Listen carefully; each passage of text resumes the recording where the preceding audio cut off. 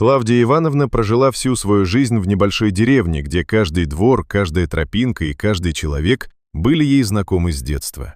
К своим 80 годам она осталась совсем одна в старом просторном доме на окраине.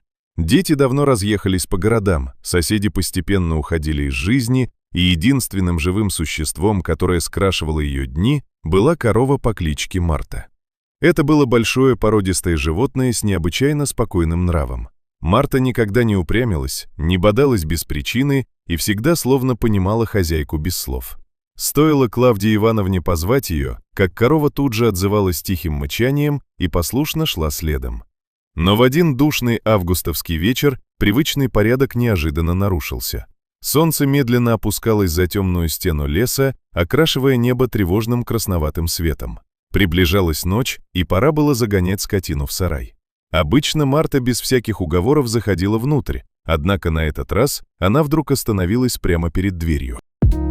Ее широкие ноздри нервно раздувались, дыхание стало тяжелым и прерывистым, а затем корова издала глухой, яростный рев, которого Клавдия Ивановна не слышала за все годы. «Что случилось, Марточка?» – удивленно спросила старушка, поглаживая ее по теплому боку.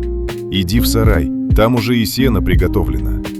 Женщина попыталась слегка подтолкнуть корову вперед, но та будто приросла к земле. Тогда Клавдия Ивановна сама хотела пройти внутрь через узкий дверной проем.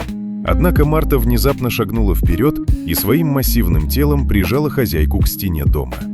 Корова не просто не давала пройти, она словно закрывала вход, выставив рога в сторону темного сарая. «Да ты что, с ума сошла?» – рассердилась Клавдия Ивановна. «Никогда такого не было». Она решила, что животное чем-то напугано или его искусали оводы. Старушка уже потянулась за тяжелым прутом, чтобы приструнить Марту, но внезапно остановилась. Корова смотрела вовсе не на хозяйку. Ее взгляд был прикован к дальнему темному углу сарая, где за стогами сена стоял старый деревянный ларь с зерном. В тишине послышалось тихое зловещее шипение, а затем раздался сухой треск досок. По спине Клавдии Ивановны пробежал холод. Дрожащими руками она достала из кармана старенький фонарик и направила луч света в темноту. В глубине сарая сверкнули два желтых глаза. Там сидела крупная рысь. Хищница была сильно истощена. Бока впали, шерсть свалялась, а на передней лапе виднелся старый след от капкана. Видимо, измученное голодом и болью животное забралось в деревню в поисках укрытия и легкой добычи. Рысь спряталась в сарае, готовая защищаться при малейшей угрозе. И если бы Клавдия Ивановна вошла внутрь одна, раненый зверь наверняка бросился бы на нее. Марта снова громко заревела и резко мотнула головой в сторону хищницы. Рысь мгновенно поняла, что ее обнаружили. Не желая вступать в схватку с огромной коровой, она одним прыжком метнулась к заднему окну сарая, выскочила наружу и растворилась в сгущающихся сумерках. Клавдия Ивановна медленно опустилась на порог. От пережитого у нее дрожали ноги. Марта подошла ближе, тяжело вздохнула и осторожно положила влажную морду на плечо хозяйки, словно стараясь успокоить ее. В ту ночь старушка долго не могла уснуть.